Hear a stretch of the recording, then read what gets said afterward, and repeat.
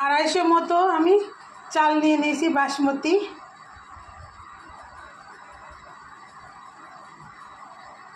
আমি ধুয়ে নিচ্ছি, 10 মিনিট ভিজিয়ে রাখবো। চালটা দিয়ে দিচ্ছি, সিদ্ধর জন্য ওয়েট করব। দেখি আমার ভাতটা হয়ে গিয়েছে, এবার আমি এটা জল ঝরিয়ে নেব।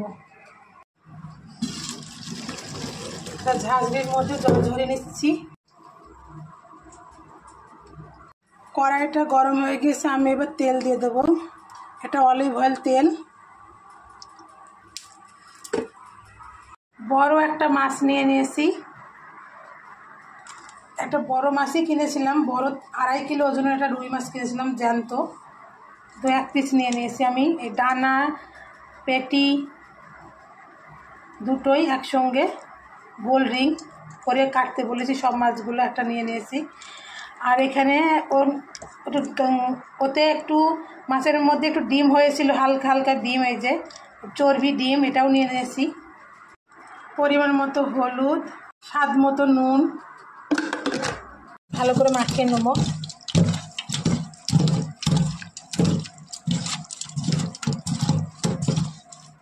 কড়াইটা গরম হয়ে গেছে, আমি এবার তেল দিয়ে দেবো।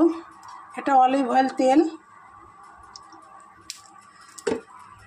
আপনারা চাইলে যে কোনো তেল ব্যবহার করতে পারেন। মাছটা লাল করে ভেজে নিয়েছি।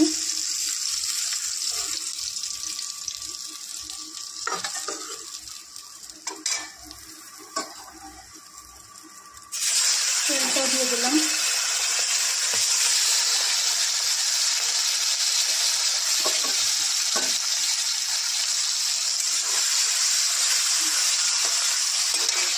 এর মধ্যে আমি এবার গাজর, ক্যাপসিকাম, বরবটি দুটোই, একটা কড়াইশুঁটি দিয়ে দিচ্ছি।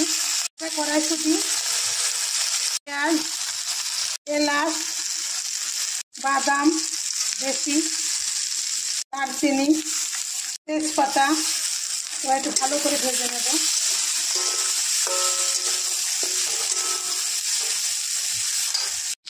লবঙ্গ, একটু হালকা মিষ্টি, চিনি দিচ্ছি। এটা বাটলাম, ওই মশলা দিয়ে দিচ্ছি।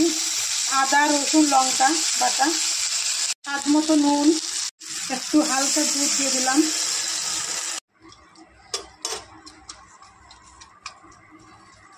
হালকা কষিয়ে নেব। মাছটা দিয়ে দেব।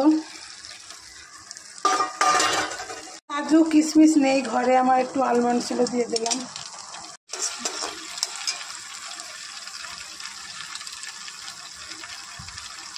ধনে পাতা দিয়ে দিলাম, একটু টক দই দিলাম হালকা।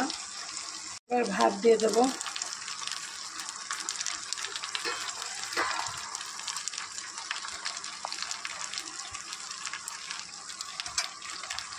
দিয়ে দেব।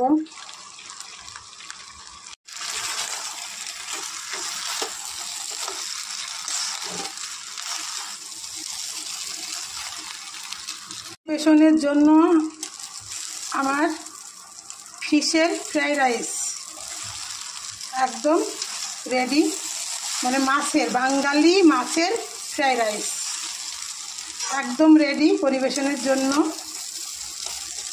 এই যে আমার বড় মাছটা দেখা যাচ্ছে।